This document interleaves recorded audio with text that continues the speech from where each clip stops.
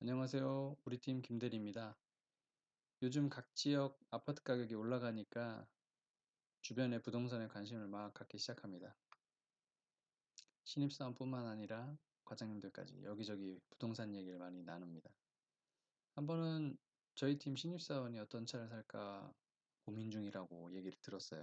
지나가는 말로 그러지 말고 차라리 돈을 모아서 집을 사는 게 어떻겠냐고 얘기한 적이 있었는데 그게 한 1년 전이었거든요. 결국 그 신입사원은 차를 샀고 그 사이에 주변 집값이 많이 올랐어요. 그 신입사원이 어리석어가 아니라 저 역시도 그 나이 때에는 잘 몰랐었으니까 어찌 보면 당연한 것일 수도 있겠습니다. 나이를 먹고 나면 보이는 것들 뭐 그런 걸까요? 이 신입사원이 최근 여자친구와 결혼을 계획 중인데 회식 때 물어보더라고요. 아, 주변에 아파트 가격들은 올라가는데 어떻게 해야 될지 모르겠다고요. 투자를 어떻게 해야 되는 건지, 어떻게 하면 부자가 되는 건지. 그래서 제가 이번 영상을 어, 준비를 해봤습니다. 머- 제 머릿속의 생각들도 나름 정리를 해서 영상을 한번 찍어봤는데요. 어떻게 하면 우리가 부자가 될 수 있을까요? 지금 우리가 살고 있는 사회는 어떤 사회입니까? 자유민주주의 사회? 그런 것도 맞지만 부자 되는 얘기하는 거니까 네, 자본주의 사회예요. 농업사회, 산업화 사회를 거쳐서 자본주의 사회로 넘어왔어요. 자본주의 사회 다음에는 또 다른 패러다임으로 가게 되겠죠. 그때는 또 게임의 룰이 바뀌게 되는 거예요. 어쨌든 지금 자본주의 사회에서 게임의 룰은 이렇습니다. 한 줄로 말씀드리자면 어떻게 소득을 빠르고 효율적인 방법으로 자산으로 바꿀 수 있는가.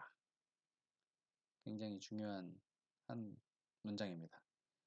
자산을 쉽게 아파트라고 가정해 보면 웬만한 아파트 10년 정도 그래프를 보면 중간에 뭐 하락을 할 수도 있지만 이렇게 우상향을 결국 하는 걸 볼 수 있습니다.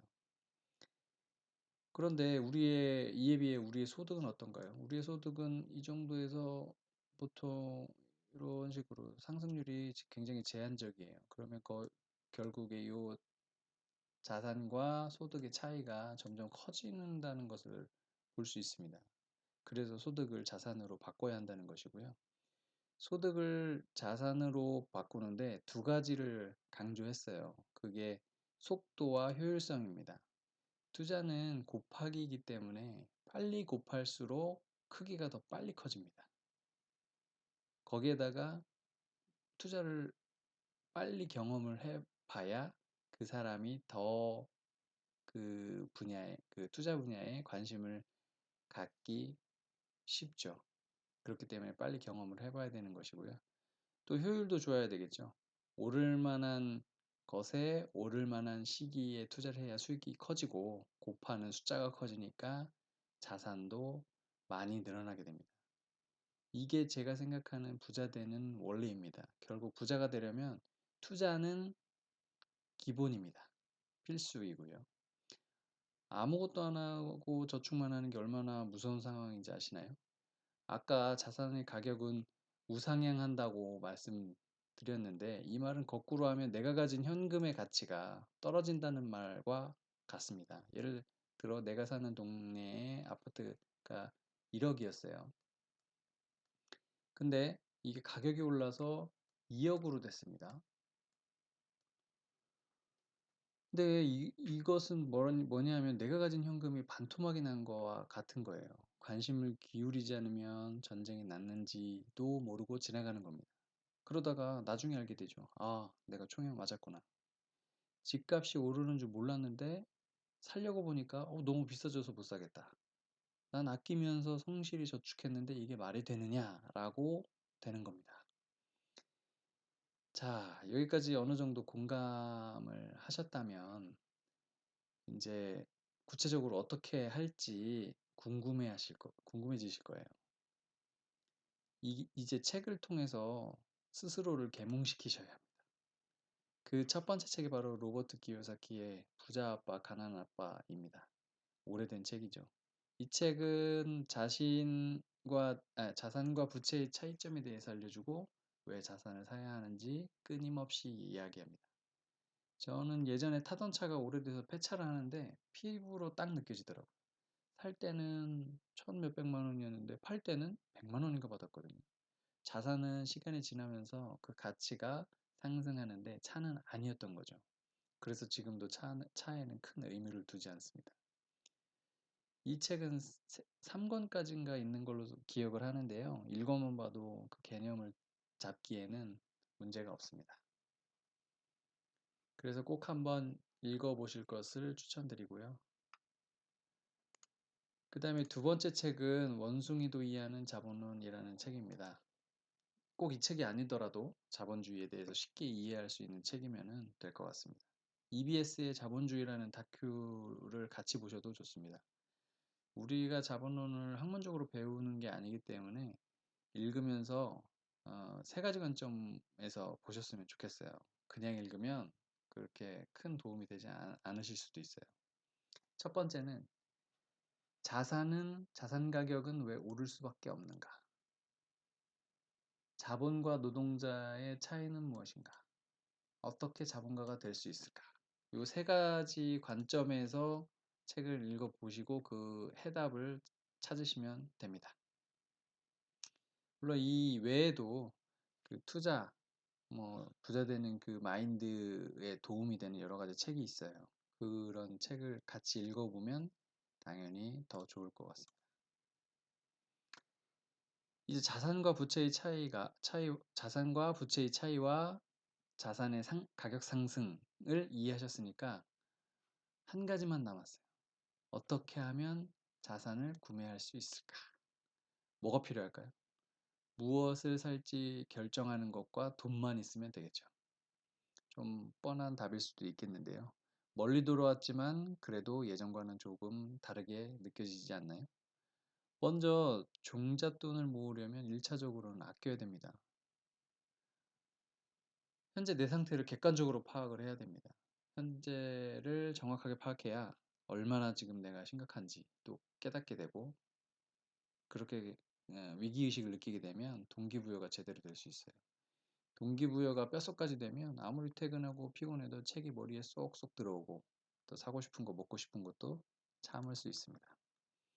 근데 동기부여가 머릿속으로만 겉으로만 되면 야근했다고 쉬고 회식했으니까 쉬고 열심히 일했으니까 나를 위해 좀 써야 될 것 같고 해외여행도 가야 될 것 같고 그렇습니다.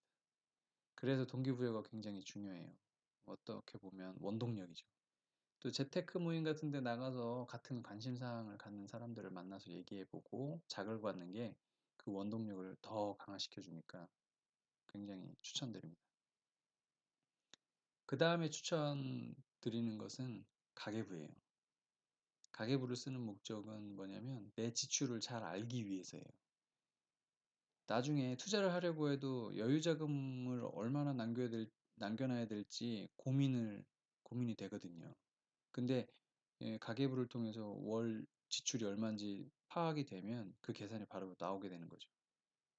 사회생활 시작한 지 얼마 되지 않았으면 그 수입 지출 구조가 단순해서 이거 꼭 써야 될까라는 생각을 하실 수 있는데 나중에 결혼을 한다거나 또 투자를 하다 보면 그 구조가 복잡해져 가지고 가계부 쓰지 않으면 투자 가능 자금이라든지 여유 자금이라든지 파악이 어렵습니다. 또 가계부를 쓰면 어디서 줄여야 할까도 찾기 쉽고 내가 목표한 지출을 달성했는지도 체크할 수 있으니까 좋죠.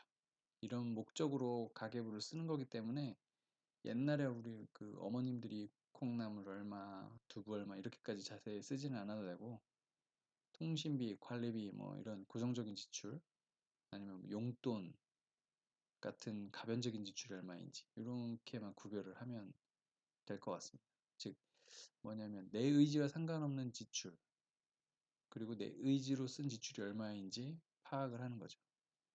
대략적으로 마트 얼마 이런 식으로 써도 충분합니다. 나중에 기회가 되면 제 가계부를 보면서 추가로 설명을 드리겠습니다. 마지막으로 투자 공부는 이렇게 하시면 좋을 것 같아요. 책과 강의로 기초를 다지고 블로그나 유튜브로 빈틈을 채우는 방식. 블로그나 유튜브는 책과 강의보다는 체계적이지 않기 때문에 기초는 꼭 책과 강의로 먼저 다지는 게 좋습니다. 부동산이면 부동산, 주식이면 주식, 동일 분야의 책과 강의를 집중적으로 들어야 비교도 되고 효과도 배가 됩니다. 지금까지 부자가 되는 기본 원리에 대해서 제 생각을 말씀드려봤는데요. 막상 들어보면 뻔한 이야기라고 느끼실 수도 있어요. 근데 이 원리를 머릿속으로만 이해하면 행동으로 실행되기가 어려워요. 책을 읽고 곰곰이 생각을 정리해보고 가만히 있으면 안 되겠구나 라는 위기의식을 가져야 합니다. 그러면 동기부여가 되면서 비로소 행동으로 실행이 됩니다. 그게 부자가 되는 첫걸음을 내딛는 순간입니다. 시청해주셔서 감사합니다.